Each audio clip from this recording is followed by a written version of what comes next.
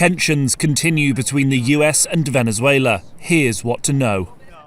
US President Donald Trump said on Saturday that the airspace above and surrounding Venezuela should be considered as closed in its entirety. Writing on his social media, Trump addressed his call for an aerial blockade to airlines, pilots, drug dealers and human traffickers. It was unclear whether President Trump was announcing a new policy or seeking to ratchet up pressure on Venezuelan leader Nicolas Maduro. In response, Maduro's government accused Trump of being a colonial threat and seeking to undermine the South American country's sovereignty. The US government does not view Maduro as the legitimate leader of the oil-rich but increasingly impoverished South American nation, and he faces charges of narco-terrorism in the US.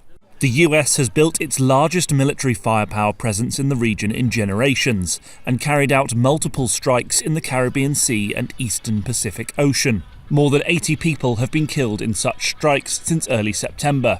The US administration says the strikes are aimed at cartels, some of which it claims are controlled by Maduro. Trump is also weighing up whether to carry out strikes on the Venezuelan mainland. Lawmakers from both parties say they support congressional reviews of US military strikes against vessels in the region, citing a published report that Defense Secretary Pete Hegseth issued a verbal order for all crew members to be killed as part of a September 2nd attack on suspected drug smugglers. They said they did not know whether last week's Washington Post report was true, but added that attacking survivors of an initial missile strike poses serious legal concerns. Trump has said he will look into the matter. Number one, I don't know that happened, and Pete said he did not want them. He didn't even know what people were talking about. So we'll look into it. But no, I wouldn't have wanted that. Not a second strike. The first strike was very lethal. It was fine, and if there were two people around, but Pete said that didn't happen. Does that make you? I have great confidence. You saying there's no second strike?